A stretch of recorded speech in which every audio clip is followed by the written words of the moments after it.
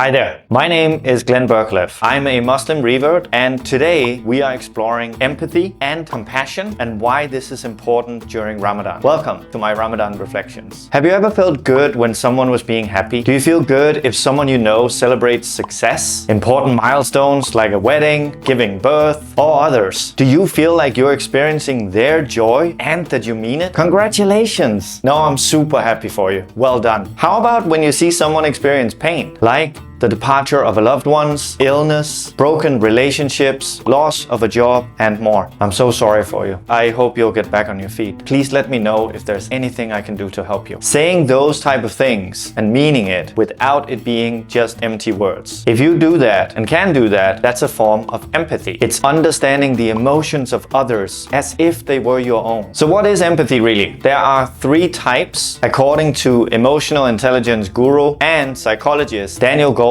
and Paul Ekman. There is the cognitive empathy, which is the ability to understand how another person might be feeling and what they might be thinking. Cognitive abilities makes us better communicators. It makes us able to relay the information in a way that reaches the other person. They don't really have to tell you. You already sense it. There's also emotional empathy, also known as affective empathy. It's the ability to share the feelings of another person. Some have described it as your pain is in my heart. This type of empathy helps you build emotional connections with others. It could even happen to you while you're watching a movie where the hero loses someone who is near to them. My personal challenging scene where I experience a lot of empathy is in the movie Braveheart featuring Mel Gibson, where in the end he's lying on the torture bench and he yells out freedom. This was around the time where Mel Gibson was actually a big thing in Hollywood. For those of you who don't know who he is, I can compare him with what Channing Tatum might be today. The third form of empathy is compassionate empathy, also known as empathic concern. This one goes beyond just sharing and understanding others' feelings. It moves us to act and help however we can. It could be a situation where you see someone falling on the street and your instant urge is to rush over and help them, not to take out your phone and start recording it for cheap likes on TikTok. Fasting for a whole month during Ramadan gives Muslims a daily reminder fueled with empathy. The reason we remind ourselves that there are less fortunate people out there who must fast daily. They don't have a choice, not because they want to or they choose to, but simply because they don't have food or drink to break their fast. We relate to that feeling through the act of fast. Just remember, while you and I who are watching this are lucky enough to break our fast when the time comes, they are not. Ramadan fasting fuels the compassionate empathy within us all. This type of empathy is meant to foster more care and love towards others. That is why you would see Muslims all around the world so eager to help feed other people. Also providing resources to those less fortunate so they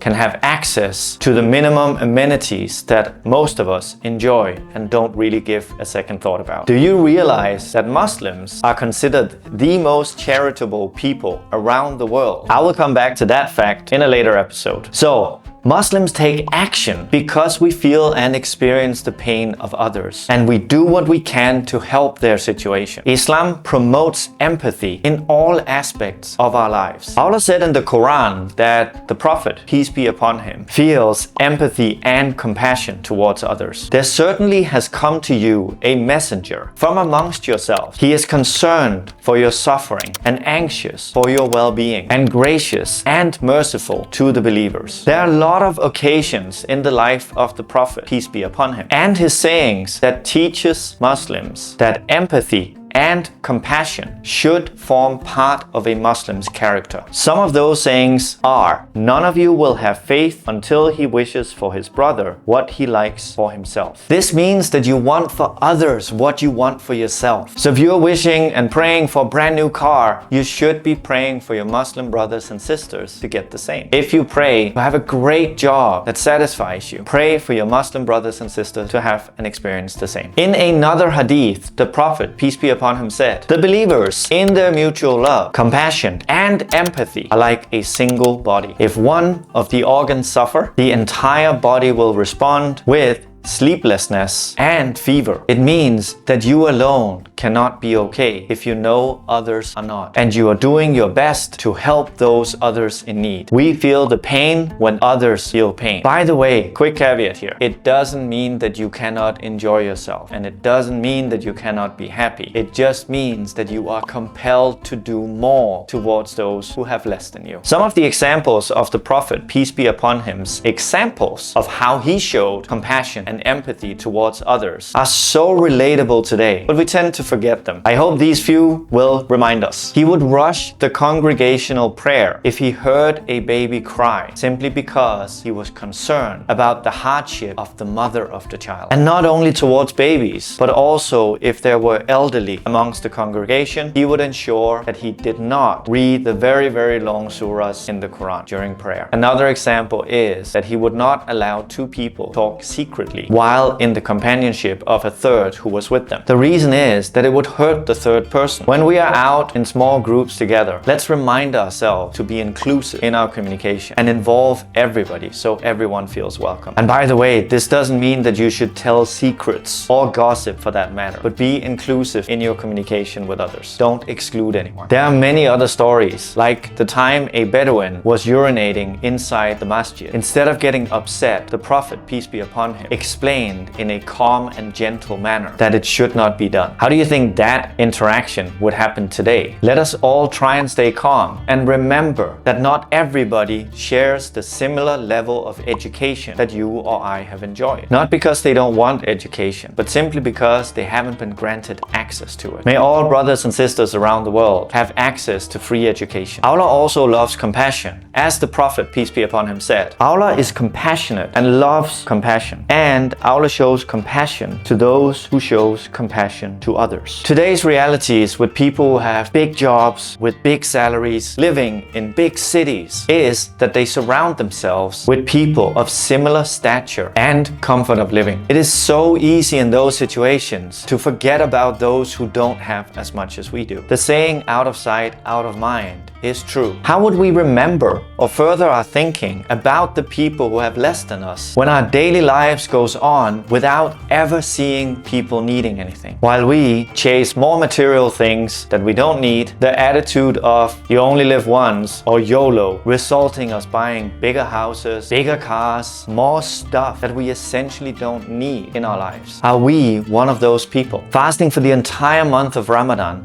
forces us to break out of this blindness cycle. It automatically makes us see, and it reminds us to think about those who have less. Even when we don't really want to think about it, our pain through the act of fast continues to remind us. The needy are all around us. You just have to look. Muslims believe that by fasting throughout the entire month of Ramadan, we can build up a habit that keeps reminding ourselves of those who have less and foster that habit to lead to us taking action and helping others. And more importantly, to compel us to continue these habits after Ramadan is over. A crucial first step to compassion is to feel empathy. It is a powerful psychological tool that can help bring about tranquility and good to this world. That is inspiring to me. We become better versions of ourselves by practicing compassionate empathy. And that is what Glihago is all about. To become better versions of ourselves so we can help others become better versions of themselves. If you made it this far into the video, I hope that you will help me spread this message. You can do that by a quick tap on that little thumbs up button below this video. It only takes a second of your time, but I hear the YouTube algorithm really likes it and it helps it spread out to more people. Also, subscribe to the channel if you enjoy the content and hit that notification bell so you don't miss out on the next episode in this series. If you did see this video without seeing any of the other ones that went before it, I encourage you to start with this one.